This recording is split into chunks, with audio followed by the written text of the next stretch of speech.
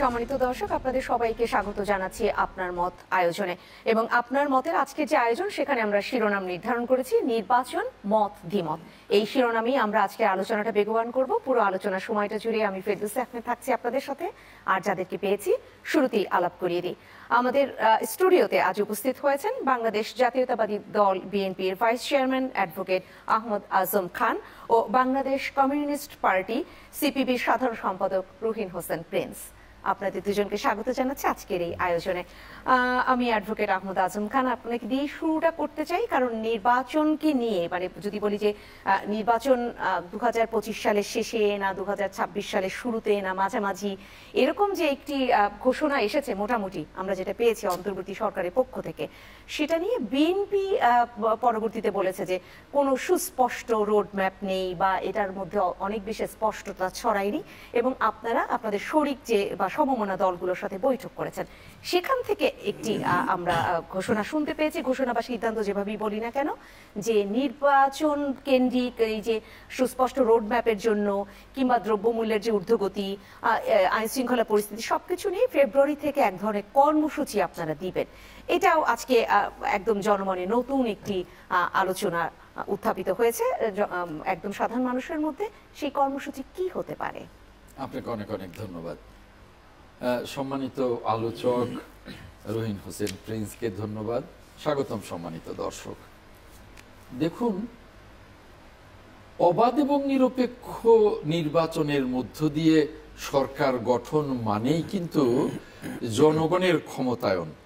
জনগণ তার ক্ষমতা বলে সরকার গঠন করছে ভোটের মধ্য দিয়ে। এই জনগণের ক্ষমতায়নের জন্যেই কিন্তু আমরা গত 17টি বছর আন্দোলন করে আসছি। আমরা রক্ত দিয়েছি রাজপথে, রাজপথ রক্তে রঞ্জিত হয়েছে বিএনপির। আমরা গুম হয়ে গেছি অন্তত 722 জন। আমাদের প্রায় 60 লক্ষ নেতাকর্মীর বিরুদ্ধে মামলা হামলা, আমাদের 10 লক্ষ বিএনপি পরিবার নিঃস্ব হয়ে গেছে। তারপরেও এই জনগণের ক্ষমতায়ন, এই অবাধ এবং নিরপেক্ষ নির্বাচনের দাবি থেকে আমরা সরে যাইনি, রাজপথ থেকেও সরে যাইনি। সেই আন্দোলনে, সেই রাজপথে আমরা অসংখ্য গণতান্ত্রিক দলকে পেয়েছি। আমরাই তো সমমনা 61টি রাজনৈতিক দলকে নিয়ে রাষ্ট্র মেরামতের 31 দফা আমরা ঘোষণা করেছি। যে 31 দফার কিছু কিছু দফা এখন সরকারও তার সংস্কার কর্মসূচিতে নিয়েছে। তার চেয়ে অনেক বেশি আমাদের রাষ্ট্র মেরামতের কর্মসূচিতে রয়েছে ওই 31 দফায়। তো আমরা সেই 31 দফার প্রথম যে দফাটি, সেটা হলো জনগণের ক্ষমতায়ন। তো জনগণের ক্ষমতায়ন কি করে হবে যদি একটি অবাধ এবং নিরপেক্ষ নির্বাচনের মধ্য দিয়ে ক্ষমতার রদবদল না হয়? আর সেজন্যই আমাদের কথা হলো যে আমরা যে একটা সফল আন্দোলন করেছি, 17 বছরে রক্ত দিয়ে গুম হয়ে খুন হয়ে, তারপরেও একটা সফল পরিণতি যে আমাদের এসছে, ছাত্র জনতা, রাজনৈতিক দল সকলের সমন্বিত প্রচেষ্টায় এখন জনগণ তার ক্ষমতাটা চর্চা করতে চায়। জনগণ ভোট দিয়ে একটি নির্বাচিত সরকার চায়, এবং সেই সরকারের মধ্য দিয়েই এই রাষ্ট্র মেরামত করবার যে কর্মসূচি, সেই কর্মসূচিটি বাস্তবায়িত হবে, সেটা জনগণ দেখতে চায়। আর সেজন্যই কিন্তু আমরা এই সরকারকে সর্বতোভাবে সহযোগিতা করেছি। এই সরকারের প্রথম দিন থেকে, সরকারের শপথ গ্রহণ অনুষ্ঠান থেকে আমরা সরকারকে সহযোগিতা করছি। সরকার যে সহযোগিতা যখন চেয়েছে আমরা সেই সহযোগিতার হাত বাড়িয়েছি। কিন্তু এখন আমরা লক্ষ্য করছি যে সরকারের ভেতরে সমন্বয়হীনতা, আমরা লক্ষ্য করছি যে সরকারের ভেতরে যেন অনেকগুলো সরকার কাজ করছে। আমরা লক্ষ্য করছি এই সমন্বয়হীনতার জন্যে দেশের ভেতরে এবং দেশের বাইরের ষড়যন্ত্রকারীরা যারা উৎপেতে আছে আবারও দেশটাকে ফ্যাসিবাদের দিকে নিয়ে যাওয়ার, তারাও যেন আস্তে আস্তে জেগে ওঠার চেষ্টা করছে সরকারের এই দুর্বলতা, এই সমন্বয়হীনতার জন্য। এই জন্যে আমরা সমন্বয়হীনতাই আসলে দুর্বলতা প্রকাশিত হচ্ছে, আর সেখান থেকে তারা জেগে উঠবার চেষ্টা করছে। আপনি ফ্যাসিবাদের কথা বলছেন। হ্যাঁ, আমি সেজন্যই বলছি যে আমরা পরিষ্কার বলে দিয়েছি যে এখন সরকারের প্রধান কাজই হবে অত্যাবশ্যকীয় মানে সংস্কারগুলো শেষ করে দ্রুত নির্বাচনের পথে যাওয়া। সেখানেও আমরা সরকারের সমন্বয়হীনতা দেখছি। একবার ডক্টর আসিফ নজরুল বললেন 25-এই নির্বাচন হতে পারে, আবার শিক্ষামন্ত্রী শিক্ষা উপদেষ্টা এক ধরনের ডক্টর ওয়াহিদুদ্দিন মাহমুদ বললেন 25-এ আপনারা নির্বাচিত সরকার দেখতে পাবেন। আমি শেষ করছি। আবার প্রধান উপদেষ্টা বললেন 25-এর শেষে অথবা 26-এর প্রথমার্ধে নির্বাচন। আবার তার দুদিন পরেই দেখলাম যে তার প্রেস সেক্রেটারি বললেন 26-এর জুনে নির্বাচন। এই যে জিনিসগুলো আমরা দেখছি, এগুলো জনমনে নানা ধরনের প্রশ্ন দেখা দিয়েছে। যে কারণেই কিন্তু আজকে আপনি শুনছেন যে বিএনপি এবং তার সমমনারা ফেব্রুয়ারি থেকে নতুন কর্মসূচির চিন্তা করছে। আমরা আশা করি যে বাংলাদেশে একজন নোবেল লরিয়েট এই ধরনের অভ্যুত্থানের পরবর্তী অন্তর্বর্তীকালীন সরকারের প্রধান, তিনি সকলের সম্মান নিয়ে বিদায় নেবেন, তার নিজ কর্মক্ষেত্রে ফিরে যাবেন, সেটা আমরা চাই। এই জন্যে এই নির্বাচন নিয়ে এ ধরনের ধোঁয়াশা তৈরি হোক সেটা চাই না। আমরা চাই যে সুনির্দিষ্টভাবে নির্বাচনের রুটম্যাপ দেয়া এবং সেই স্পষ্টতার মধ্য দিয়েই সমগ্র জাতি একটা গণতন্ত্রের অগ্রযাত্রা শুরু করবে। হয়তো সাময়িক থামাচ্ছি, কিন্তু আপনাকে আমি এখানেই বক্তব্য শেষ করতে বলছি না, কারণ আপনাকে আমি আরো শুনবো এই জায়গাগুলোতেই। আপনি যে সমন্বয়হীনতা বলেছেন এটাও একটু সুস্পষ্ট হতে চাই, কিন্তু ফিরবো আপনার কাছে একটু পরে। রয়েছেন রুহিন হোসেন প্রিন্স, আপনার কাছে আসি।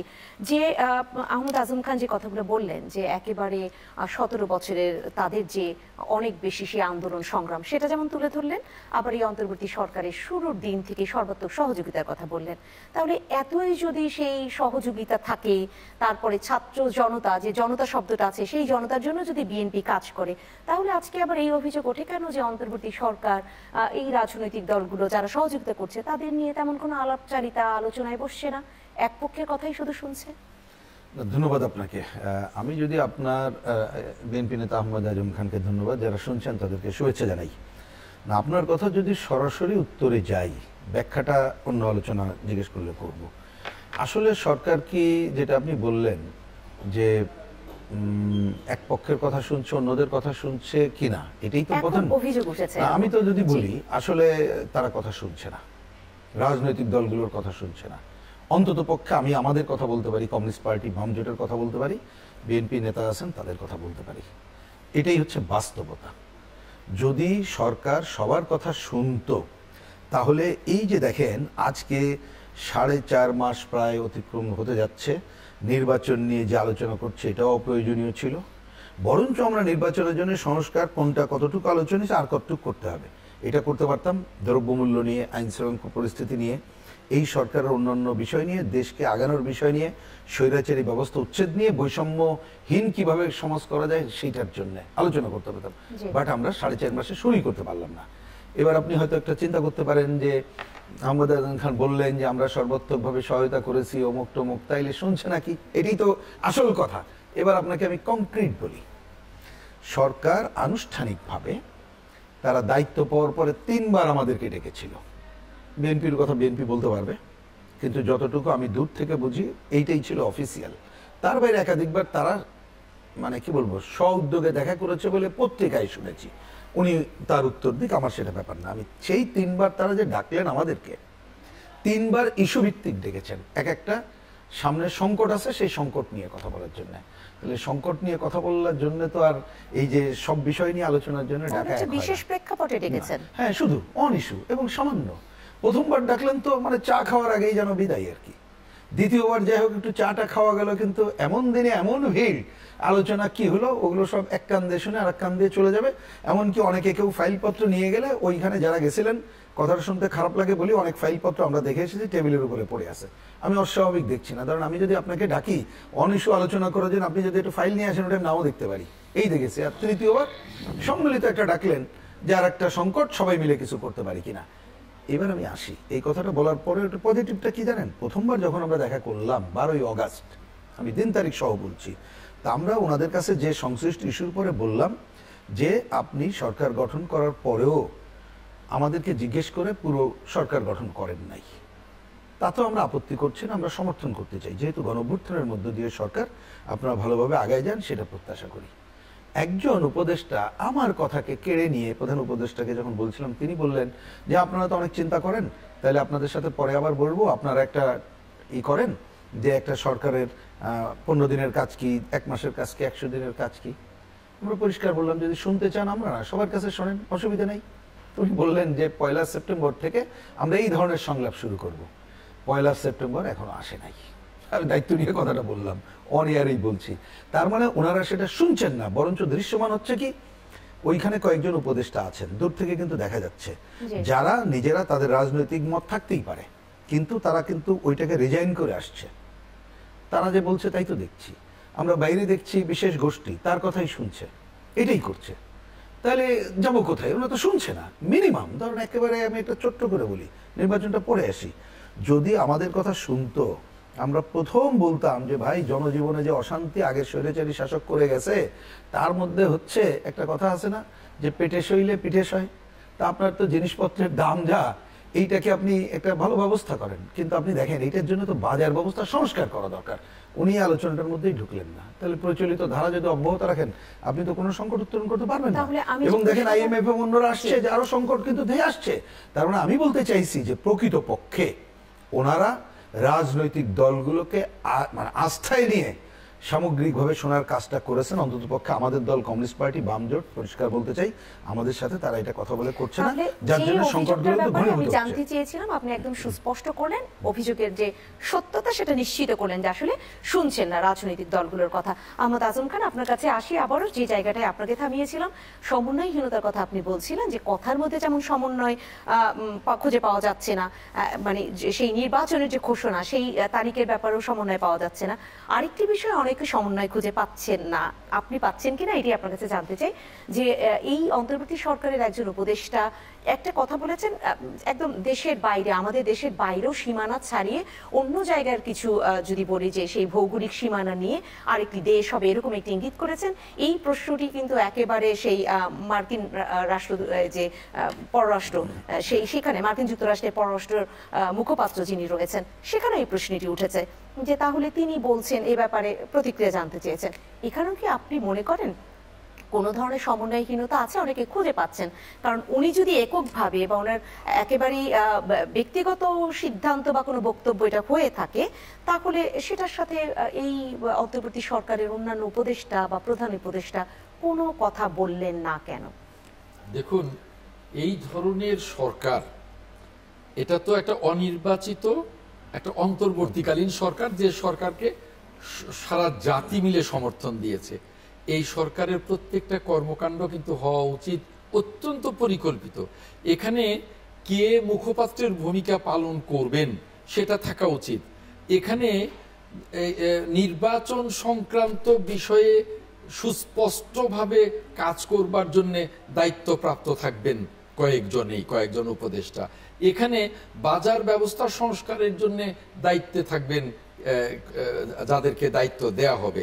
এখানে পুলিশ, নির্বাচন কমিশন, এদের শৃঙ্খলা ফিরিয়ে আনার জন্য এবং নির্বাচন ব্যবস্থা সংস্কারের যারা দায়িত্বে আছে তাদের সাথে সমন্বয় করবার জন্য দায়িত্বপ্রাপ্ত থাকবেন। এখানে রাস্তাঘাটের বেহাল দশা, এগুলোকেও দেখবার জন্য দায়িত্বে থাকবেন। এগুলোর প্রত্যেকটার যে সমন্বয়ের দরকার, এই সমন্বয়গুলো এই সরকারের ভেতরে আমি একদম দেখছি না। এবং দেখছি না বলেই যার যার মতো ইচ্ছা মতো কথা বলছেন, যে কথাগুলো আমার কাছে সরকারের ভেতরে থেকে দায়িত্বশীল মনে হচ্ছে না। এক ব্যক্তি একাধিক দায়িত্ব পালন করছেন বলে এমনটা হচ্ছে? আমার কিন্তু তাও মনে হচ্ছে না। আপনি দেখবেন যে তত্ত্বাবধায়ক সরকারে কিন্তু 10 জন উপদেষ্টা ছিলেন। 91-তে দেখেছি, 96-তে দেখেছি, 2001-এ দেখেছি। তাদের যে পরিকল্পিতভাবে 90 দিনের কার্যক্রম শেষ করেও যে সফল নির্বাচন করে গেছেন, বিশেষ করে 91, 96 এবং 2001, এই 3টা নির্বাচন টুকিটাকি ভুল ত্রুটির বাইরে তো সর্বজন গ্রাহ্য নির্বাচন তারা করে গেছেন। সেখানে তো এত সমন্বয়হীনতা দেখিনি, সেখানে তো এত অসংলগ্ন কথা এক একজন উপদেষ্টার কাছ থেকে আমরা শুনিনি, সেখানে যে শৃঙ্খলা দেখেছি। আর এখন তো 10 জন না, উপদেষ্টার সংখ্যা তো প্রায় 20-এর মতো কাছাকাছি, কম বেশি। সেখানে কেন একাধিক মন্ত্রণালয়ের দায়িত্বের জন্য এক একজন সমন্বয়হীন হয়ে যাবেন, অসংলগ্ন কথা বলবেন, দায়িত্বহীন কথা বলবেন? এগুলো তো আমরা এই সরকারের কাছে আশা করি না। এই সরকার যেহেতু পুরো জাতির সমর্থিত সরকার, এই সরকারের কাছে আশা করি সমগ্র জাতির প্রত্যাশার কথা তারা বলবেন, প্রত্যাশা মেটানোর উদ্যোগগুলো নেবেন। এই যে রহিন হোসেন প্রিন্স বললেন যে যখন মানুষ বাজার করতে যায় তখন তাদের দীর্ঘশ্বাস লক্ষ্য করা যায় যে এই অবস্থা কেন বাজার ব্যবস্থার। যখন রাস্তাঘাটে দেখি যেগুলো খুব টুকিটাকি হলেই মেরামত করা যায়, সেই রাস্তাঘাটের অবস্থা দেখে মানুষ বলে এই অবস্থা কেন। যখন ট্রাফিক অবস্থা দেখি একই অবস্থা, ঢাকা শহরে ট্রাফিকের জন্য এখন মানুষ চলতে পারে না। এই যে অপরিকল্পিত, এই যে অসমন্বিত কার্যক্রমগুলো, এগুলো কিন্তু আমরা দেখতে চাই না, পরিকল্পনার একটি অভাব দেখতে পাচ্ছি। আর এই সরকার যে এসছে অন্তর্বর্তীকালীন সময়ের জন্য একটা অবাধ এবং নিরপেক্ষ নির্বাচনের মধ্য দিয়ে যে তারা সফলভাবে সকলের সাধুবাদ নিয়ে বিদায় নেবেন, সেই কার্যক্রমেও কিন্তু তাদের সেরকম কোনো জোর পদক্ষেপ দেখতে পাচ্ছি না। এই যে আমি একটু আগেই বলছিলাম যে সুস্পষ্ট রুট ম্যাপ নেই নির্বাচনের। আর আমরা যারা নির্বাচনের কথা বলি অনেকে আবার সেটার সমালোচনা করেন, আরে নির্বাচনের জন্যই তো 17 বছর একটা অবাধ এবং নিরপেক্ষ নির্বাচনের মধ্য দিয়ে জনগণের ক্ষমতায়ন প্রতিষ্ঠিত হবে, সেজন্যই তো 17 বছর রক্ত দিলাম। আর এখন নির্বাচনের কথা বললে এখন অনেকেরই অনেক রকমের পরিকল্পনা সেই অর্থে খুঁজে পাচ্ছেন না। আমি একটু রহিন হোসেন প্রিন্সকে এই জায়গাটায় শুনতে চাই যে আপনিও কোনো পরিকল্পনার অভাব দেখতে পাচ্ছেন কিনা, নাকি আরো অন্য কোনো উদ্দেশ্য খুঁজে পাচ্ছেন নির্বাচন বিষয়ে? এই যে সুনির্দিষ্ট। জি আচ্ছা, আমি একটু সামগ্রিক ছোট ছোট করে যদি বলি, প্রথমে এটা আমি নিজের কাছেই নিজের প্রশ্ন উত্তর, এবং দর্শকরা নিশ্চয়ই আমি আশা করব তারা তাদের মতো হিসাব করে নিচ্ছে। প্রথম কথা, যে শাসকদের আমরা বিদায় করলাম, আপনি ঠিকই যে আমাদের পুরো সোসাইটিটার তো একটা পরিবর্তন করেই মানুষ, যদি আমরা আকাঙ্ক্ষা করি বৈষম্যমুক্ত সমাজ, সবকিছুর জটিলতা থাকবে না, আইনের শাসন, তো প্রথমে মনে রাখতে হবে তো একদিনে হবে না, পরিষ্কার কথা। দ্বিতীয়ত হচ্ছে যারা রাষ্ট্র ক্ষমতায় আসছে তাদের লক্ষ্য উদ্দেশ্য কি এবং পুরো জনগণ তার সাথে ঐক্যমত্য করে আগাতে পারে কিনা তার উপর নির্ভর করবে, যার জন্য সময় লাগবে, এটা বুঝে নিতে হবে। এবার পরবর্তীতে আসি, এইটা তো সরকার শোনে নাই। সরকার যদি অন্তত পক্ষে ভোটের ডেমোক্রেসিটাও রক্ষা করত, ধরুন, তাহলে ভোটের ডেমোক্রেসি রক্ষা করলেও হয়তোবা, আমি হয়তোবা বলছি কারণ অন্য ঘটনা ঘটতে পারে, আজকে হয়তো এই দুরবস্থাটা তাদের যেটা হলো এবং যে পরিমাণে হাজার হাজার মানুষকে রক্ত দিতে হলে এটা হয়তো করতে হইতো না। তাহলে আমাদের তো একটা বড় কাজ, সংবিধান কি বলছে, এই কাজটা কারা করবে? একটু আগে যেটা বললাম, সেই কাজ করতে গেলে জনগণের প্রত্যক্ষ ভোটে নির্বাচিতদের দিয়েই করতে হবে। তাহলে এই জন্য ভোট জরুরি, আর অন্য কাজগুলো আগে করবো, যার জন্য এই সরকারের নাম হয়েছে অন্তর্বর্তীকালীন সরকার। তাহলে সেই কাজটাই তো আগে করতে হবে। তাহলে এবার আসি, এইটাকে কি কেউ অস্বীকার করছে? আপনি যদি বলেন 2-4 জন ছাড়া কেউ অস্বীকার করছে না। 2-4 জন যারা করছে, আমি এখানে সে ফয়সালাও করে নিতে চাই, তারা একটা আসছে যে প্রথমে বলছে যে পতিত স্বৈরাচারের বিচার না হওয়া পর্যন্ত করা যাবে না। তো বিচার তো এমন একটা দীর্ঘ প্রক্রিয়া, উনি তো কি বলে আইনজীবী, জানেন, এটা তো বছরের পর বছর যাবে, তার জন্য কোনো কেউ অপেক্ষা করে? এটা তো পাগলের কথা, এটা নাকচ করতে হবে। 2 নম্বর, কেউ কেউ বলছে পুরো সংস্কার ছাড়া হবে না। সংস্কার কি একদিনে শেষ হয়? এটা কে বলছে? কোনো তাহলে সংস্কার সম্পর্কে ধারণা নেই। সংস্কার হচ্ছে একটা নিয়মিত প্রক্রিয়া এবং এক এক গ্রুপ এক একটা করবে, তাহলে ওইটাকে আপনি নাকচ করে দিতে পারেন। থার্ড হতে পারে, সেটা কি আপনি আদৌ নির্বাচন চান না, তো সেইটাকে তো আমরা গ্রহণ করব না। তাহলে করাটা কি? করাটা হচ্ছে আমরা নির্বাচন চাই, আবার এমন নির্বাচন, বিগত দিনে নির্বাচনের নামে যে প্রহসন হয়েছে সেটা যাতে না হয়। তাহলে নির্বাচনে উনিও বলেছেন যে যতটুকু প্রয়োজন ততটুকু সংস্কার করে সুষ্ঠু, অবাধ ও গ্রহণযোগ্য নির্বাচন করতে হবে। আমরা তো এই সরকারকে সেই কাজটা বলেছি যে আমরা অন্যান্য যে রেগুলার কাজ আপনারা করেন, সাথে ওইটার জন্য যা যা করার থাকে সেই কাজ করেন। এখন দেখেন ওনারা একটা নতুন হিসাব নিকাশ করে এখন বলতেছে এত সময় লাগবে, অত সময় লাগবে। আমি যদি ওই কথার উত্তর উনি বলেছেন, আমি এটা বলতে চাইছি না, কারণ আমরা মনে করি যে এটা একেবারে অপ্রয়োজনীয় সময়। যদি আমরা ইচ্ছা করি, যদি সরকারের সদিচ্ছা থাকে, রাজনৈতিক দলগুলোকে মানে আস্থায় নিতে পারে, 25 সালের ডিসেম্বরের অনেক আগেই ভালো নির্বাচন করা সম্ভব। এবার আমি আগের কথা দিয়ে একটু উত্তর দিই মানে আমি আমাদেরকেই, নিজেদেরকে এবং দর্শকদের বোঝার জন্য, তাহলে সংস্কার তো করতে হবে, এটা কিন্তু আমরা দ্বিমত করছি না। নির্বাচন ব্যবস্থার সংস্কার পুরোপুরি, আর অন্যান্য সংস্কার কি কি করা যায় ঐক্যমতের ভিত্তিতে করে যতটুকু পারবেন শুরু করবেন, আর বাকিটা জনগণের উপরে ছেড়ে দিতে হবে, রাজনৈতিক দলগুলোর উপরে। তাহলে পুরোপুরি সংস্কার আসলে সম্ভব না, কিংবা সেটা আসলে হবেও না অনির্বাচিত সরকার দ্বারা। জি, আমি বিরতিতে যাব, বিরতি থেকে ফিরে এসে এই কথাগুলো আপনাদের কাছ থেকেই জানবার চেষ্টা করব। আপনি বলছিলেন যে আদৌ তারা নির্বাচন চাচ্ছে কিনা। এখানেও মানুষ এখন আরেকটি প্রশ্ন তুলছে যে নির্বাচন কি চাচ্ছে, নাকি একটু দেরিতে চাচ্ছে, আরেকটি নতুন দল গড়ে উঠবার সুযোগ দিচ্ছে, সেই প্রশ্নটিও রয়েছে। ফিরবো আপনাদের কাছে। আপনার মত আয়োজনে ছোট্ট একটা বিরতি নিচ্ছি, ফিরবো শীঘ্রই, সাথেই থাকবেন।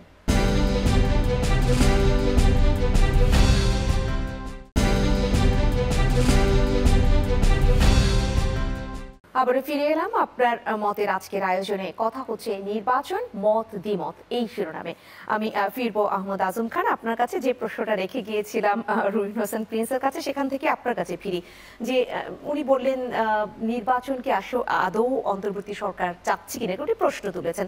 সেখানে এখন জনসাধারণ আরেকটি প্রশ্ন তুলেছে, আদৌ চাচ্ছেন কিনা এইটা, নাকি একটু কাল ক্ষেপণ করছেন। কারণ হচ্ছে রাষ্ট্রীয় পৃষ্ঠপোষকতায় নতুন একটি রাজনৈতিক দল গড়ে উঠুক, সেই সময়টা দেয়া হচ্ছে। এই আলোচনাটাও রয়েছে এখন। হ্যাঁ, এই আলোচনাটা তো এখন সর্বত্র, গ্রামে গঞ্জে, চায়ের টেবিলে, সব জায়গায় এই আলোচনাটা হচ্ছে। এখন আমার কথা হলো, বা আমাদের কথা হলো, যে যদি কোনো রাজনৈতিক দল জন্ম নেয় আমাদের তো কোনো আপত্তি নেই, কিন্তু রাজনৈতিক দল তৈরি হবে, তারপরে সেই দলের ম্যাচুরিটি কবে আসবে, তার জন্য তো নির্বাচন অপেক্ষা করবে না। সেটাই জনগণের প্রশ্ন, যে নির্বাচনের জন্যই এই সরকারের এখন সমস্ত আয়োজন থাকা উচিত। হ্যাঁ, সংস্কার তো হবেই। সংস্কার তো একটা চলমান প্রক্রিয়া। একটা সরকার যখন 5 বছর ক্ষমতায় থাকবে তখনই সংস্কার শেষ হবে না। পরবর্তী সরকার আসবে, ওই সংস্কারের ধারাবাহিকতায় তারাও সংস্কার করবে। অর্থাৎ এটা এমন একটা চলমান প্রক্রিয়া যে যুগ যুগ ধরে এটা চলবেই। আমাদের কথা হলো যে এখন অত্যাবশ্যকীয় সংস্কারটা যেন হয়। অত্যাবশ্যকীয় সংস্কার কোনটা? নির্বাচন কমিশনের সংস্কার, যাতে করে আর কোনো দিনের ভোট রাতে না হয়, যাতে করে আর কেউ জোর করে ভোট দিতে না পারে, যাতে করে ওই ভোটে কোনো বল প্রয়োগ না হয়, যাতে করে আমি যেখানে ভোট দিলাম সেই ব্যালটে আমার ভোটের যে প্রার্থীকে দিলাম সেই প্রার্থীর পক্ষেই গণনা হয়। কোনো রকমের কারচুপি যাতে না হয়। জনগণের এটাই ক্ষমতায়ন, যে হ্যাঁ, আমি যাকে ভোট দিয়েছি তার পক্ষেই এটা গণনা হবে, এবং এরকম 10 জন দিলে তার পক্ষেই রায়টা হবে। সেই ক্ষমতায়নের জন্যই এই সরকারের এখন কাজ করা উচিত। এখন সংস্কার শেষ করে নির্বাচন, এ তো 20 বছর, 40 বছর, 50 বছর, 100 বছরের সংস্কার শেষ হবে না। এটা তো একটা চলমান প্রক্রিয়া। আর সেজন্যই যখনই এই ধরনের কথা উঠে যে সংস্কার শেষে নির্বাচন, তখনই জনমনে প্রশ্ন উঠে যে নির্বাচন নিয়ে কি তাহলে সরকারের কোনো মহলের ভেতরে তালবাহানা হচ্ছে? এ প্রশ্ন উঠবেই। আর আপনি যে কথাটা বললেন যে রাষ্ট্রীয় পৃষ্ঠপোষকতায় রাজনৈতিক দল করবার একটা প্রক্রিয়া শুরু হয়েছে, এটা তো জনগণ দেখছে, যেটা ভালো নয়। যেটা আমরা ফখরুদ্দিন মঈনুদ্দিনের সময়ও কিংস পার্টি করতে দেখেছি, তারা কিন্তু টিকতে পারেনি। কাজেই রাজনৈতিক দল করবার যে কোনো সময়ও পারে, এখনো পারে, কিন্তু যখনই রাষ্ট্রীয় পৃষ্ঠপোষকতায় হবে তখনই এটা জনমনে প্রশ্ন উঠবে। একটি তথ্য রয়েছে যেটা সরকারের ঘনিষ্ঠ একাধিক সূত্র নিশ্চিত করেছে মোটামুটি ভাবে, যে ডিসেম্বরের শেষে অথবা জানুয়ারির প্রথম সপ্তাহের দিকে 6টা যে সংস্কার কমিশন রয়েছে তারা তাদের যে নানান ধরনের প্রস্তাব রয়েছে সেটা জমা দিবে, এবং জমা দিলেই রাজনৈতিক দলগুলোর সাথে আলোচনায় বসতে যাচ্ছে অন্তর্বর্তী সরকার। তারপরও তাহলে কেন এত ধোঁয়াশা মনে হচ্ছে? সেখান থেকে কি কোনো স্পষ্টতা খুঁজে পাওয়া যায় না? খুব চমৎকার বলেছেন। এই যে ডিসেম্বরের শেষ সপ্তাহে 6টি কমিশন তাদের রিপোর্ট জমা দেবেন, জানুয়ারি থেকে রাজনৈতিক দলগুলোর সাথে আলোচনায় বসবেন, এটা তো চমৎকার। কিন্তু তার আগে সরকারের বক্তব্য এত অসংলগ্ন কেন? এক এক উপদেষ্টা এই নির্বাচন নিয়ে এক এক রকমের মন্তব্য করছেন কেন, এবং আরো অন্যান্য বিষয় নিয়ে এই মন্তব্য করছেন কেন? যেখানে প্রধান উপদেষ্টার বক্তব্য আমরা শুনতে চাই, প্রধান উপদেষ্টার বক্তব্য কিন্তু সুস্পষ্ট কোনো বক্তব্য ছিল না। তারপরে আবার তার প্রেস সেক্রেটারি এরকম একটি বক্তব্য দিয়ে বিতর্ক তৈরি করলেন কেন? এগুলোর কিছুই কিন্তু প্রয়োজন ছিল না। দেখুন, নির্বাচন যদি আমরা 3 মাসে দেখতে পারি, 91, 96 এবং 2001-এ, এখনো সরকার প্রয়োজনীয় সংস্কার অর্থাৎ অত্যাবশ্যকীয় সংস্কারগুলো শেষ করে আগামী ডিসেম্বরের অনেক আগেই একটা সফল নির্বাচন করতে পারেন। সেজন্য সরকারের সদিচ্ছা থাকতে হবে, সরকারের সঠিক পরিকল্পনা থাকতে হবে। আর তা যদি না হয়, সেটা কিন্তু মানুষ ভালো চোখে দেখবে না। পরিকল্পনা দুইটা জায়গায় আপনারা দুজনই বেশ জোরালো বক্তব্য রাখলেন, যে এটা জোর দিলেন এই শব্দগুলোর উপরে। সেক্ষেত্রে রুহিন হোসেন প্রিন্স, আপনাকে বিরতিতে যাবার আগে যেটা আপনি বলছিলেন যে আদৌ কি নির্বাচন চাচ্ছি কিনা, সেখান থেকে আমি বলেছিলাম যে এখন জনমনেও একটি প্রশ্ন উঠেছে যে তারা আসলে নাকি একটি দলকে সুযোগ দিচ্ছে। এখন আরেকটি কথা হচ্ছে এই জায়গায় যে তাদের পক্ষ থেকে, অর্থাৎ জাতীয় নাগরিক কমিটির পক্ষ থেকে যেটা বলা হচ্ছে যে জনগণ তো আসলে বড় বড় রাজনৈতিক দলগুলোকে দেখেছে বাংলাদেশে, তো তেমন আস্থা পায়নি বলেই তারা নতুন রাজনৈতিক দল দেখতে চাচ্ছে। যদি সেটা দেখতেই চায়, এটি রাজনৈতিক দল বেড়ে উঠতে দিতে যদি একটু সময় লাগে, সেটা কি অনেক বেশি বড় ধরনের সমস্যা কিনা এদেশের জন্য? না, আমার মনে হয় আমি যদি যিনি বলেছেন ওনার কথাটাকে আমি ধরলাম যে উনি যেটা বলেছেন ওইটাকে বাস্তবায়ন করুক, তাহলে বাংলাদেশে দল করতে তো বেশি সময় লাগে না। ওনাদের নিশ্চয়ই এত জনসমর্থন আছে যে কালকেই ঘোষণা দিক, এবং আমাদের যে এখনো নির্বাচন কমিশনের যে নিয়ম সেইটা অনুযায়ী দল অনুমোদন চাক, তারপরে দ্রুত 3 মাসের মধ্যে নির্বাচনে অংশ নিক। তাহলে বরঞ্চ ওনাদের পপুলারিটি থাকতে থাকতে তো ওনারই তো জিতে আসতে পারে অন্য সব দলগুলোকে নাকচ করে দিয়ে। আমার তো ব্যক্তিগতভাবে, আমাদের দলগতভাবে আপত্তি নেই, জনগণের ম্যান্ডেট নিয়ে যদি তারা জিতে আসে অসুবিধা নেই। কারণ পরিষ্কার কথা, এইটুক বলে আমি ওইখানে থামলাম, কারণ এই তর্কের কোনো শেষ নাই। কারণ জনসমর্থন কার কি আছে না আছে, তো জনগণের ভোট ছাড়া নেই। যেমন ধরেন আমরা অনেক কথা বলবো, তা যদি আমার দল ভোট না পায়, আমি তো শেষে এসে বলতে পারি না। আমি বলতে পারি যে দিস ইজ আমাদের বক্তব্য, এই ছাড়া বলা কিন্তু আমার চলে না। আমি বলতে পারি যুক্তি তর্ক দিয়ে যে অন্যরা হয়তো জনগণ ভোট দিলে যেটা করছে ভালো করে নাই, সেটা অন্য আলোচনা। সুতরাং আমি ওইটুক বলবো। এবার আমি আসি আগের বার যেখানে থেমেছিলাম, সেইখানে আমি একটু বলি যে দেখেন, নির্বাচনটা নিয়ে যে টাইমের কথা বলা হচ্ছে, কেন আমি বলছি যে সংস্কার তো চাই। আমি কিন্তু দিব্য চোখে দেখি এইবার যাকে সংস্কার কমিটির প্রধান এবং যাদেরকে দায়িত্ব দেওয়া হয়েছে তাদের জন্য এত সময় অপ্রয়োজনীয় ছিল। এবং এই যে আপনি বললেন অন্য সংস্কার কমিটি যেভাবে রিপোর্ট জমা দিচ্ছে, আমরা কিন্তু বলেছিলাম সবচেয়ে ভালো হতো রাজনৈতিক দলগুলোর সাথে আলোচনা করে তাদের মতামত সহ যদি দিতে পারত। কারণ কিন্তু প্রধান উপদেষ্টার সাথে আমাদের যে কথা হয়েছিল, তখন এরকম কথা ছিল, আমরা যখন একটা বিশেষ সংস্কার কমিটি নিয়ে আলোচনা তুললাম এবং বললাম যে সংস্কার কমিটির প্রধান এমন আলোচনা করেছেন, এটা তো সাংঘর্ষিক, তো উনি সাথে সাথে বললেন যে ঠিক আছে, ওনার ব্যক্তিগত মত উনি বলুক, আপনাদের মত বলেন। হয়তো মত আমার কাছে আসবে 100টা, আমি শুনতে চাইবে 100টার মধ্যে কয়টা মতে সব রাজনৈতিক দল ঐক্যমত্য আছে। যদি 10টা ঐক্যমত্য থাকে আমি গ্রহণ করব, বাকিগুলো করব না। তারপরে দেখবো যে 5-7টা যদি দেখি স্লাইট আপত্তি, তাহলে আমি পরস্পর কথা বলার চেষ্টা করবো না। আমি ধন্যবাদ জানাই, ওয়েলকাম করে। আমি আশা করব প্রধান উপদেষ্টা এটা মনে রাখবেন। উনি এটা মনে রাখলে কিন্তু কোনো সংকট নাই। কেন? তাহলে আসি, আপনি অন্য যে রিপোর্টগুলো জমা দেওয়ার পরে রাজনৈতিক দলগুলো আলোচনা করলে কত 15 দিন 1 মাসের বেশি লাগার কথা না। তাহলে ওই ফর্মুলায় যদি যাই, আমি একটা উদাহরণ খালি দিয়ে দিলাম, দুদক হয়তো আসলে রিকমেন্ডেশন 100টা এই করতে হবে, তা তার মধ্যে যদি রাজনৈতিক দলগুলো ঐক্যমত্য বা বিশেষজ্ঞদের মিলে 40টা ঐক্যমত্য হয়, উনি স্টার্ট করুক যতটুকু পারে। বাকিগুলো যদি রাজনৈতিক দল যে ক্ষমতায় যাবে, যাওয়ার পরে সে যদি না করে ঐক্যমতের পরে, জনগণই তাকে শাস্তি দেবে। এটা তো সব দেখার দায়িত্ব ওনাদের না, এইটুক করি। আর নির্বাচন ব্যবস্থা সংস্কারের জন্য একটা ধরনের অন্তর্বর্তীকালীন সরকার দরকার, নির্দলীয় তদারকি সরকার অলরেডি সেটা আছে। আর টাকার খেলা মুক্ত, পেশি শক্তি মুক্ত, প্রশাসনিক কারসাজি মুক্ত এটা করার জন্য যা দরকার, সরকারের যদি সদিচ্ছা থাকে, পুলিশ এবং প্রশাসন সে যদি হস্তক্ষেপ না করে বিশেষ কারোর পক্ষে, নির্বাচন কমিশনের পক্ষে দেয়, তাহলে কিন্তু দিল্লি দুরস্ত।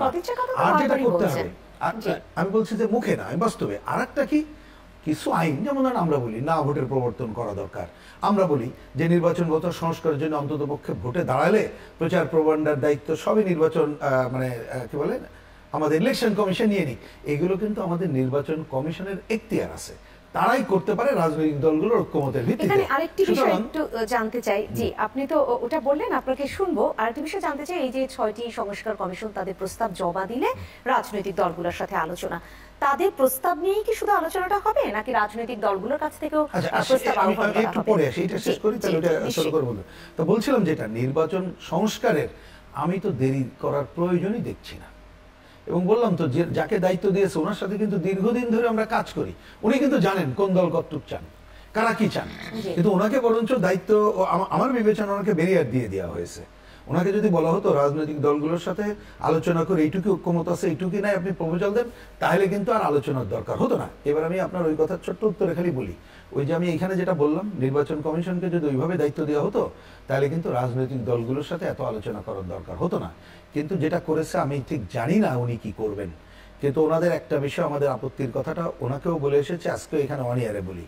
ওনারা যেটা বলেছিলেন, আজম ভাই নিশ্চয়ই মনে আছে, যে ওনারা বলেছিলেন যে এরকম সংস্কার কমিটি তার প্রস্তাব জমা দিলে ওনারা বিভিন্ন রাজনৈতিক দলগুলো নিয়ে কর্মশালা করবেন।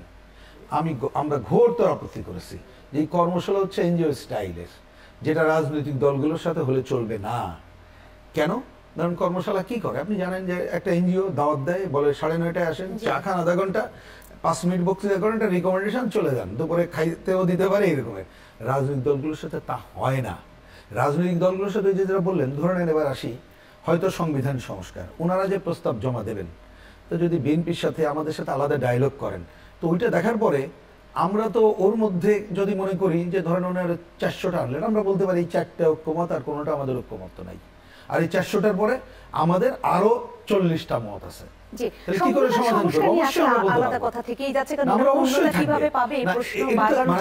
সমাধান নাই, এত সহজে সমাধান নাই, সুতরাং আলোচনার সময় দিতে হবে। আমি একটা উদাহরণ খালি দেই একটা অনিয়ার মানুষকে জানার জন্য। 2007-8 সালে যখন নির্বাচনের সংস্কার হয়েছিল, আপনি একটা শুনে রাখেন খালি, আমাদের একাধিকবার বৈঠক হয়েছিল, এবং আমরা আমাদের পার্টির দিক থেকে যখন আমি ছোট্ট একটা প্রস্তাব খালি জনগণকে বোঝার জন্য বলি, আমরা বলেছিলাম তৎকালীন সময় যে 3 লাখ টাকার মধ্যে ব্যয়সীমা রেখে নির্বাচনের কাজ করতে হবে। আমাদের একজন নির্বাচন কমিশনার ফোন দিলেন যে আপনারা একদিন আসেন, এই পয়েন্টটা আমাদেরকে বুঝিয়ে দিতে হবে, লজিক দিতে হবে কি করে 3 লাখ টাকায় সম্ভব। এবং ওনার সাথে আমরা 5 ঘন্টা ধরে আলাপ আলোচনা করে আমাদের লজিক বলে আসলাম। তো এটাই তো উচিত, সংলাপ মানে তো তাই হওয়া উচিত। ধরেন বিএনপি একটা মত পোষণ, আমরা মত পোষণ করছি, তো আপনি কি বিএনপিটা নাকচ করে দেবেন, আমাদেরটা নাকচ করে দেবেন? Not that. আগে তো নাকচ করার দরকার নেই, আপনি 2টা মত নিয়ে আলোচনা করেন, সময় দেন, আমি আমার মত পরিবর্তন করতে পারি, ওনারা আমাদের মত পরিবর্তন করতে পারে, বা আমরা এডিট মত আনতে পারি। সেইটাই না সংলাপ, যদি আপনি বাস্তবে চান সেইটা সবটা করতে পারবেন। সেইটা আমরা বলছি সুষ্ঠু গ্রহণযোগ্য নির্বাচনের যতটুকু দরকার আপাতত সেটুকুই করেন, আর বাকিগুলো রিকমেন্ডেশন, তাহলে সেটা আপনাদের একটা পজিটিভ কাজ হিসেবে গ্রহণ করা হবে। একই জায়গায় আহমদ আজম খান, আপনাকেও শুনতে চাই, এই যে আলাপচারিতা, কারণ তারা প্রস্তাব জমা দিবে, ওই একই প্রশ্নটা আপনাকেও করতে চাই, আপনাদের কোনো প্রপোজাল তারা নেবে কিনা? না, যদি আমাদের প্রপোজাল নাই নেওয়া হয় তাহলে তো সংলাপের কোনো প্রয়োজনই নেই। তারা তাহলে তাদের প্রস্তাবনাটা শুধু আমাদেরকে শোনাবে, ওটা তো সংলাপ হলো না। তাদের প্রস্তাবনাটা কি আমরা শুনবো, আমাদের ওই প্রস্তাবনাগুলো শুনে আমাদেরও কিছু প্রস্তাবনা থাকবে, তার সাথে অন্যান্য রাজনৈতিক দলগুলোর প্রস্তাবনা থাকবে, তার একটা সমন্বয় করে তারা একটা প্রস্তাবনা রেখে যাবে। অংশ নেবেন না? যদি এরকমই হয় যে শুধু তাদের প্রপোজালগুলোই শোনাচ্ছে, তাহলে কি রাজনৈতিক দলগুলো সংলাপে অংশ নেবে না? না, তারা শুধু তাদের প্রস্তাবনাগুলো শোনাবেন, আমাদের প্রস্তাবনাগুলো শুনবেন না, এরকম তো কোনো কথা হয়নি এখনো। কাজে আমরা যাব না এই মন্তব্য করাও এখন সময় উপযোগী না। কারণ আমরা মনে করি যে তারা যখনই আমাদের ডাকবেন তাদের প্রস্তাবনা নিয়ে, তখন আমাদের প্রস্তাবনাও তারা শুনবেন, এবং সকল রাজনৈতিক দলের দায়িত্বশীল প্রস্তাবনাগুলো নিয়েই তো তারা একটা প্রস্তাবনা চূড়ান্ত করবেন। এবং সেই প্রস্তাবনা কিন্তু এক নির্বাচন কমিশনের প্রস্তাবনা ছাড়া আরগুলো কিন্তু তারা রেখেই যেতে হবে পরবর্তী সংসদের জন্য, যে পরবর্তী সংসদে এই প্রস্তাবনা, এই সংস্কার প্রস্তাবনাগুলো পাশ হবে। এই জন্যে আমার মনে হয় যে রহিন হোসেন প্রিন্স যে কথাটা বললেন, যে এই প্রস্তাবনার কথা বলে বা সংস্কারের কথা বলে কালক্ষেপণের প্রয়োজন নেই। আমরা অত্যাবশ্যকীয় যেটা নির্বাচন কমিশন, তারপর আইন শৃঙ্খলা বাহিনী, তারপরে আপনার নির্বাচন কমিশন, দুর্নীতি দমন কমিশন, এই যে এই প্রস্তাবনাগুলো, অত্যাবশ্যকীয় প্রস্তাবনাগুলো, এগুলো নিয়ে কাজ করে আমরা কিন্তু নির্বাচনে চলে যেতে পারি। তারপরে একটা অবাধ এবং নিরপেক্ষ নির্বাচনের জন্য এই যে টাকার লিমিটের কথা বললেন, তারপরে আচরণ বিধির লিমিট, এগুলো সব তো একটা দায়িত্বশীল নির্বাচন কমিশন করতে পারেন। তবে হ্যাঁ, বাংলাদেশের মতো দেশে একদিনে এটা সম্ভব না। যখনই অবাধ এবং নিরপেক্ষ নির্বাচনের গ্যারান্টিটা চলে আসবে প্রতি 5 বছর পর পর, তখনই কিন্তু এটা আস্তে আস্তে আস্তে আস্তে খরচের বিষয়গুলো আস্তে আস্তে সহনীয় পর্যায়ে চলে আসবে। একদিনে সবকিছু হবে না, একটা নির্বাচনের সবকিছু হবে না, কিন্তু আমাদেরকে শুরু করতে হবে। সেই জায়গায় বিএনপির একজন জ্যেষ্ঠ নেতা তিনি যুগান্তরকে বলেছেন যে 4টি বিষয় আসলে বিএনপি সংস্কার এই মুহূর্তে চাই। এই প্রপোজাল কি অন্তর্বর্তী সরকারকে দেয়া হয়েছে কিনা? যখনই অন্তর্বর্তী সরকারের সাথে বসা হবে তখন বিস্তারিত একটু শুনতেই চাই, তার আগে বিরতি নিয়ে ফিরি বরং। সম্মানিত দর্শক, আপনার মত আয়োজনে আরেকটি বিরতি নিচ্ছি, ফিরবো শীঘ্রই, সাথেই থাকবেন।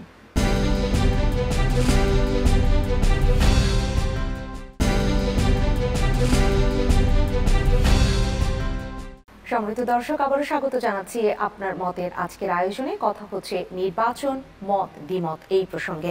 আমি আহমদ আজম খান, আপনাকে থামিয়ে যেহেতু গিয়েছিলাম, ছোট্ট করে আপনাকে এই জায়গাটা একটু শুনিয়ে নিই যে 4টি ক্ষেত্রে আসলে সংস্কার চেয়েছে এই মুহূর্তে আর কি নির্বাচনের আগে। সেটা হচ্ছে নির্বাচন ব্যবস্থা, আইন শৃঙ্খলা, জনপ্রশাসন এবং বিচার বিভাগ।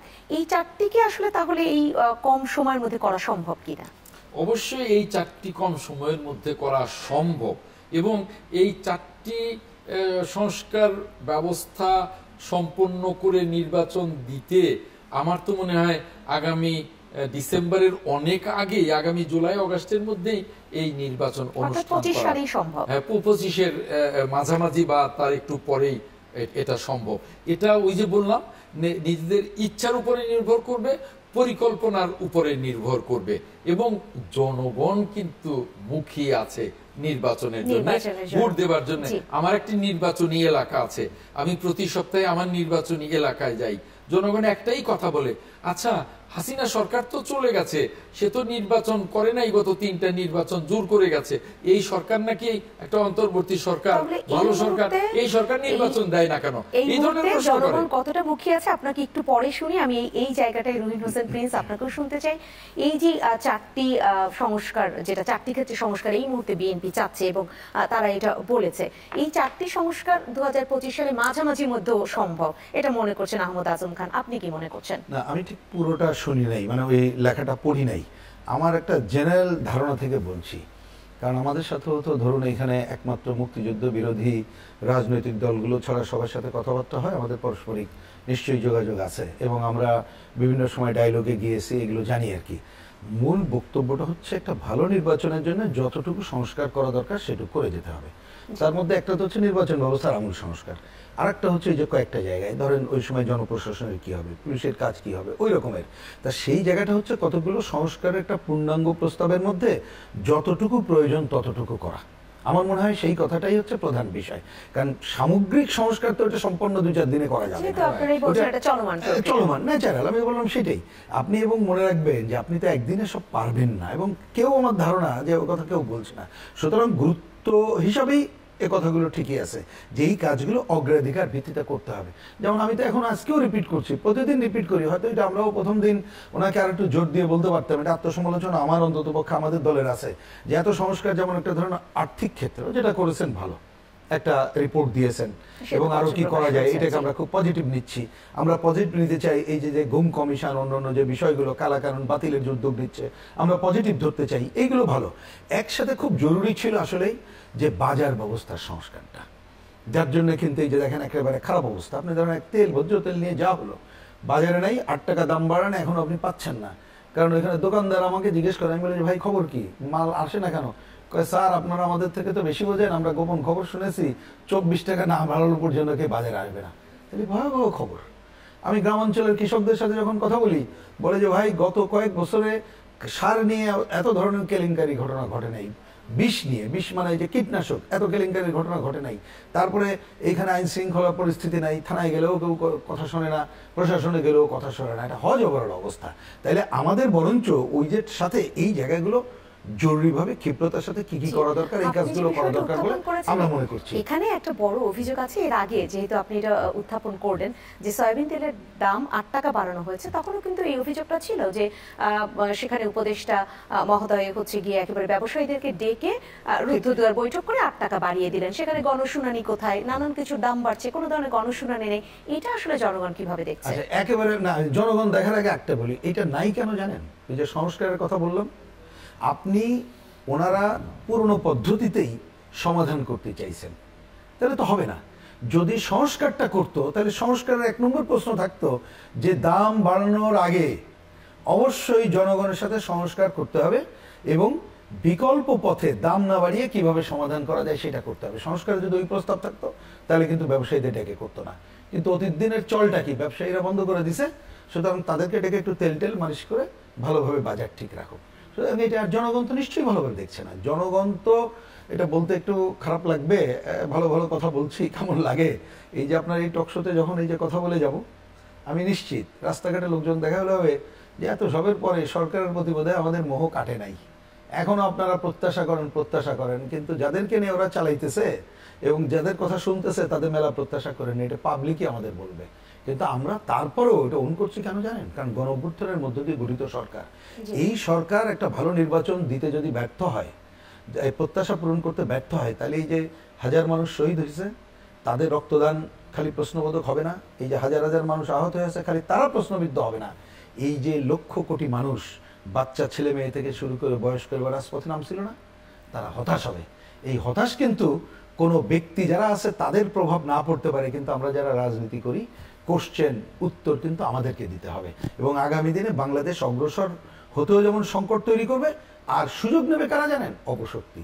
3টা অপশক্তি বলে শেষ করি।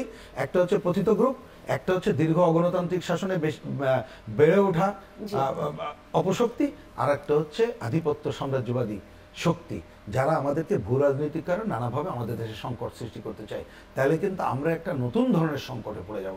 আমি আশা করি নতুন ধরনের সংকটে যাতে না পড়ি, তার জন্য অন্তর্বর্তীকালীন সরকার অন্তর্বর্তীকালীন দায়িত্বশীল আচরণ করবে। আমাদের দল সহ গণতান্ত্রিক রাজনৈতিক দলগুলো দায়িত্বশীল আচরণ করবো, আর জনগণকে বলবো আপনারা আপনাদের কণ্ঠ সোচ্চার করেন, এটাই হবে প্রধান কাজ। জনগণ কতটা চাচ্ছে নির্বাচনের জন্য মুখিয়ে আছে বলছিলেন আহমদ আজম খান, আপনি নিঃসন্দেহে বলবেন, কারণ জনগণ হতাশ হবে, সংকটে পড়ে যাবে। রুহিন হোসেন প্রিন্স বললেন নিশ্চয়ই জনগণ সংকটে পড়বে, জনগণ হতাশ হবে, জনগণের ভেতর থেকে এখনই হতাশার কথাগুলো বেরিয়ে আসছে। যারা গ্রামে গঞ্জে চলাফেরা করেন, চায়ের টেবিলে বসেন, তাদের কাছ থেকে শোনা যায় যে এখনই জনগণের ভেতর থেকে হতাশা বেরিয়ে আসছে, কারণ তারা বাজার থেকে ফিরে কথা বলেন। তারা যখন যে কোনো সংকটে, যেমন আইন শৃঙ্খলা বাহিনী, তারা এখনো একদমই অর্গানাইজ না, তাদের কাছ থেকে সেরকম ধরনের কোনো সহযোগিতা পাওয়া যাচ্ছে না। আপনি প্রশাসনের বিভিন্ন স্তরে এখনো সেই আগের মতো সেটআপই রয়ে গেছে, সেই সেটআপই এখনো সিন্ডিকেট আমরা ভাঙতে পারিনি। কারণ সিন্ডিকেট ভাঙার কোনো চেষ্টা সরকার করেছে কিনা আমরা জানি না, তবে আমরা দৃশ্যমান যেটা দেখি সেই একই সিন্ডিকেট রয়ে গেছে বলেই সয়াবিন 8 টাকা থেকে ওই 24 টাকা পর্যন্ত যাওয়ার একটা পায়তারা করছে। আর সরকার তাদেরকে যেভাবে হোক ম্যানেজ করবার চেষ্টা করছে। এই অন্তর্বর্তীকালীন সরকার, এদের তো কাউকে ম্যানেজের দরকার নেই, তারা তো তাৎক্ষণিকভাবে যে কোনো সংস্কার কর্মকাণ্ডে হাত দিলে জনগণ বা রাজনৈতিক দলগুলো সেটাকে অনুমোদন দেবে। অতএব এখানে ম্যানেজের কিছু নেই। আমরা কিন্তু বাজার ব্যবস্থার ন্যূনতম উন্নতিও আমরা দেখছি না, অথচ আমাদের চোখের সামনে যে শ্রীলঙ্কা, আমরা সেই শ্রীলঙ্কায় একই অভ্যুত্থান দেখতে পেয়েছি। সেই শ্রীলঙ্কার নতুন যে সরকার, সেই সরকারকে কিন্তু আমরা দেখেছি, যে সরকার এখন নেই, নির্বাচনের মধ্য দিয়ে আবার পরিবর্তন হয়েছে, কিন্তু আগের সেই সরকারকে কিন্তু আমরা দেখেছি যে কিভাবে অতি দ্রুত অর্থনীতির উন্নয়ন ঘটাতে, কিভাবে বাজার ব্যবস্থার উন্নয়ন ঘটাতে বাংলাদেশ থেকে $200 কোটি ঋণ নিয়েছিল, সুদে আসলে সেই ঋণ পরিশোধ করে সেই শ্রীলঙ্কা কিন্তু এখন নতুন করে অর্থনীতিতে আবার শক্তি সঞ্চার করছে। আমরা কিন্তু এই দেশে হ্যাঁ অর্থনীতি আগের মতো আর পড়ে যাচ্ছে না, কিন্তু অর্থনীতি যেভাবে ঘুরে দাঁড়ানোর কথা ছিল সেভাবে কিন্তু অর্থনীতি ঘুরে দাঁড়ায়নি, সেইভাবে কিন্তু আমরা দেখতে পাচ্ছি না দৃশ্যমান। এর কারণটা আমরা বুঝতে পারছি না, জনগণ এই জন্যেই হতাশ হচ্ছে। আর এই যে অভ্যুত্থান 5ই অগাস্টের, এই অভ্যুত্থানের পরে আমরা যে নতুন বাংলাদেশের স্লোগানটি দিলাম, সত্যিকারেই যদি আমরা নতুন বাংলাদেশ তৈরি করতে না পারি, আমাদের চিন্তা চেতনা মননশীলতায় আমরা যদি না পারি, আমাদের সমস্ত কার্যক্রমে, আমাদের উন্নতিতে, আমাদের অর্থনীতিতে, আমাদের শিক্ষা ব্যবস্থায়, আমাদের চলনে বলনে, তাহলে কিন্তু আগামী দিনে বাংলাদেশের জন্য অশনি সংকেত নেমে আসবে। আমি রুহিন হোসেন প্রিন্স, আপনার কাছে এই জায়গাটা একটু জানতে চাই যে এই অন্তর্বর্তী সরকার ব্যর্থ হলে তো নানান কিছু হবে, সংকটে তো পড়েই যাবে দেশ, কিন্তু যে ছাত্র জনতা যদি বলি আর রাজনৈতিক দলগুলোর কথা বলি, সবার সমর্থনে একটা অভ্যুত্থান পরবর্তী সরকার হচ্ছে এই অন্তর্বর্তী সরকার। তারা ব্যর্থ না হোক, এটা সবাই চায় তারা সফল হোক। তারা সফল হতে পারে, বারবার সদিচ্ছার কথা বলছেন, তাহলে তাদেরও তো সফল হওয়ার জন্য সদিচ্ছা সর্বোচ্চ প্রয়োগ করবার কথা, তাহলে সদিচ্ছা নাই কেন? নাই কেন এর উত্তরটা তারাই মানে তাদের কাছেই রাখেন, যদি নাই থাকে। তবে আমরা ধরে নেব, আমি এখনো পজিটিভ ভাবে ধরে নিতে চাই, সদিচ্ছা আছে আমি ধরে নিতে চাই। সেইটা নিলে ওনাদেরকে ফার্স্ট কাজ করতে হবে, বিশেষ গোষ্ঠী বা কারোর কথা দিয়ে তাড়িত হওয়া চলবে না। বরঞ্চ আগে আজম ভাইকে প্রশ্ন করেছিলেন, আমি সেইটা একটু প্রসঙ্গক্রমে বলি। কোন কোন উপদেষ্টা এমন এমন কথা বলছেন যেটা আমাদের দেশের সম্পর্কে খারাপ বার্তা যাচ্ছে, সরকার সম্পর্কে খারাপ বার্তা যাচ্ছে, সেটা পরিষ্কার করতে হবে তাদের সরকারের বক্তব্য কিনা। যদি কোনো উপদেষ্টা সরকারের বক্তব্য না বলে নিজের বক্তব্য দেন, তাকে বিদায় করে বলতে হবে তুমি রাজনীতি করে তার কাজ করো, এইটা একটা কাজ। তাহলে তার একটা স্বচ্ছ ভাবমূর্তি আগে ফিরিয়ে আনতে হবে। দ্বিতীয় কাজ হচ্ছে রাজনৈতিক দলগুলোর সাথে আলোচনা করে, তার সাথে অবশ্যই বিভিন্ন শ্রেণী পেশার মানুষ, অবশ্যই আন্দোলনকারী ছাত্ররা, তাদের সাথে কথা বলেই দ্রুত একটা নির্বাচনী রোডম্যাপ এবং আশু কতগুলো জরুরি করণীয় এটা নির্ধারণ করতে হবে। এটা যদি করতে পারে তাহলে আমার ধারণা ফেল করার কোনো সুযোগ নাই, এবং এটা ফেল হওয়ার কোনো সুযোগ আমরা এটা দেব না, এটা হচ্ছে পরিষ্কার কথা। না করতে পারে বলছেন, কিন্তু আমি আহমদ আজম খান আপনাকে এখানে শুনি, করতে পারে তাহলে তারা করছেন না কেন? বললেন যদি আপনাদের কথা অনুযায়ী যে না তাদের সদিচ্ছা হয়তো আছে, আপনারা ধরেই নিচ্ছেন সদিচ্ছা আছে, তাহলে আপনি আগে বলছিলেন পরিকল্পনার অভাব। এখানে কি বুঝবার কোনো জ্ঞানের অভাব থাকবার তো কথা না, নাকি সেটাও আপনারা অনুভব করছেন? না, এখানে প্রথমত পরিকল্পনার অভাব দেখতে পাচ্ছি, দ্বিতীয়ত জ্ঞান না হলেও অভিজ্ঞতার অভাব দেখতে পাচ্ছি। এই সরকারের ভেতরে রাষ্ট্র চালানোর অভিজ্ঞ লোকের সংখ্যা কিন্তু অনেক বেশি না, অনেক কম, সেটাও আমরা দেখতে পাচ্ছি। আর যেটা দেখতে পাচ্ছি সেটা হলো এই সরকারের উপরে নানান শ্রেণীর মানুষের, বিশেষ কিছু শ্রেণীর মানুষের প্রভাব, যারা প্রভাব বিস্তার করছে, তারা বোধহয় নির্বাচনটা প্রলম্বিত হোক সেরকম কথাও বলছে। কারণ এর মধ্যে দুই একজনের বক্তব্য আমরা শুনেছি, যেটা নিয়ে আমি দীর্ঘ আলোচনা করতে চাই না, ওটাকে আমি গুরুত্বের সাথেই নিতে চাই না। উদ্দেশ্য প্রণোদিতভাবে প্রভাব বিস্তার করছেন কিনা? উদ্দেশ্য তো নিশ্চয়ই আছে। যারা বলছেন যে নির্বাচন যারা চায়, তারা অনেকেই বলছেন যে তারা জাতীয় বেঈমান, এরকমই যারা দ্রুত নির্বাচন চায় জাতীয় বেঈমান। এই 1-2 সপ্তাহ আগে এই ধরনের বক্তব্য আসছে। আমি এ নিয়ে দীর্ঘ আলোচনা করতে চাই না এই জন্যই যে এটাকে আমি গুরুত্ব দিতে চাই না। আমি গুরুত্ব দিতে চাই প্রধান উপদেষ্টার বক্তব্যকে। আর যে কথাটা বলছিলাম যে অভিজ্ঞতা কিন্তু রাষ্ট্র পরিচালনায় বড় একটা জিনিস। রাষ্ট্র পরিচালনার জন্য সবচেয়ে অভিজ্ঞ হলো রাজনীতিকরা, যারা তাদের চর্চার মধ্যেই রাষ্ট্র পরিচালনার সারাক্ষণ কাজ করে। যে কারণেই মানুষ কিন্তু অনির্বাচিত সরকার স্বল্প সময়ের জন্য রাখে, কারণ দীর্ঘ সময় অনির্বাচিত সরকার থাকলে রাষ্ট্র পরিচালনায় একটা হযবরল অবস্থা তৈরি হবে, এটাই বাস্তবতা। এটা আমরা অতীতেও দেখেছি, আমরা ফখরুদ্দিন মঈনুদ্দিনের সময়ও এই হযবরল অবস্থা দেখেছি। এজন্যই মানুষ নির্বাচিত সরকার চায়, এবং নির্বাচিত সরকার সাধারণত হয় রাজনৈতিক সরকার, এবং যে রাজনৈতিক সরকার পরিকল্পিতভাবে দেশ চালায়। যখনই তারা পরিকল্পিতভাবে চালাতে পারে না, তখনই বিরোধী দল থাকে, তারা তখন বিরোধিতার মধ্য দিয়ে হোক, তারা বিভিন্ন রকমের বক্তব্যের মধ্য দিয়ে হোক সেই পরিকল্পনার অভাবকে তুলে ধরে তাদেরকে সজাগ করবার চেষ্টা করে। ওই সরকারি দল আর বিরোধী দল মিলেই কিন্তু আসলে রাষ্ট্রটা চালায়, এবং সেজন্যই কিন্তু রাষ্ট্র পরিচালনায় রাজনৈতিক সরকার দরকার। রাজনৈতিক সরকার ছাড়া বিরোধী দল হয় না, আর বিরোধী দল না হলে রাজনৈতিক সরকারও কিন্তু সঠিক পথে চলতে পারে না। এখন যেমন কোনো বিরোধী দল নাই, আমরা সকলেই এই সরকারকে সমর্থন করছি, তাহলে সরকারের ভুল পদক্ষেপগুলোকে আমরা কিন্তু সেভাবে সমালোচনা করছি না। করতে হবে, সেটা স্পষ্ট করলেন রুহিন হোসেন প্রিন্স। সেক্ষেত্রে যদি সদিচ্ছা কিংবা জ্ঞানের অভাব না থাকে, আমি অন্তর্বর্তী সরকার নিয়ে কথা বলতে চাচ্ছি না, আমি বলতে চাচ্ছি যে যাদের দীর্ঘদিন মাঠে রাজনীতি করবার যদি অভিজ্ঞতা না থাকে, তারা জনপ্রিয়তায় এগিয়ে গিয়ে নির্বাচিত হয়েও কি খুব ভালো তাহলে সেই সরকার গঠন করে কাজ করতে পারবে দেশের জন্য? আমার মনে হয় আপনার কথার মধ্যে উত্তর আছে যে না, সেটা হলে পারবে না।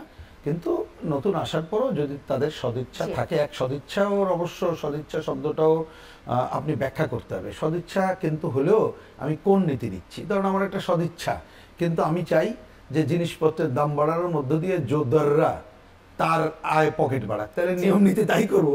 আর আমার সদিচ্ছা যদি থাকে জোরদারের পকেট আমরা ভর্তি করতে দেবো না, জনগণকে সুযোগ দেবো। সুতরাং কোন নীতি নিচ্ছে তার উপরে নির্ভর করে, সুতরাং তার উপরেই এই কাজটা নির্ভর করবে। আমি পরিষ্কার করে আপনাকে বলি, আমাদের পার্টির উদ্যোগে আগামী 3রা জানুয়ারি ঢাকায় সোহরাওয়ার্দী উদ্যানে আমরা সমাবেশ ডেকেছি। আমি আশা করব যে সরকার এই 31শে ডিসেম্বরের মধ্যে তারা একটা সুনির্দিষ্ট নির্বাচনী রোডম্যাপ শূন্য কাজ করবে, না হলে আমরা ওইখান থেকে দেশব্যাপী আন্দোলনের কর্মসূচি সহ জনস্বার্থের কর্মসূচিগুলো আমরা দেব, এবং সেগুলো আমরা আসলে পরবর্তীতে জানতে পারবো আপনাদের দেয়া কর্মসূচির মধ্য দিয়ে। আজকে আয়োজন এখানেই শেষ করতে হচ্ছে। অসংখ্য ধন্যবাদ জানাচ্ছি রুহিন হোসেন প্রিন্স আপনাকে, এবং আহমদ আজম খান আপনাকে অসংখ্য ধন্যবাদ। সম্মানিত দর্শক, আপনাদেরকে অসংখ্য ধন্যবাদ আজকের এই আয়োজনে থাকবার জন্য। নির্বাচন, মত দ্বিমত, এই শিরোনামে আমরা যে আলোচনা করলাম, নির্বাচনের পক্ষে বিপক্ষে বা দ্রুততম সময়ের মধ্যে দেওয়ার জন্য নানান ধরনের মত তো রয়েছে, আপনাদেরও নিশ্চয়ই মত রয়েছে। আপনাদের মতের কিছু প্রতিফলন আজকে এখানে হলো। আবারও কোনো বিষয় নিয়ে আপনাদের মতের প্রতিফলন ঘটাতে আমরা ফিরবো আপনার মত আয়োজনে। ভালো থাকবেন।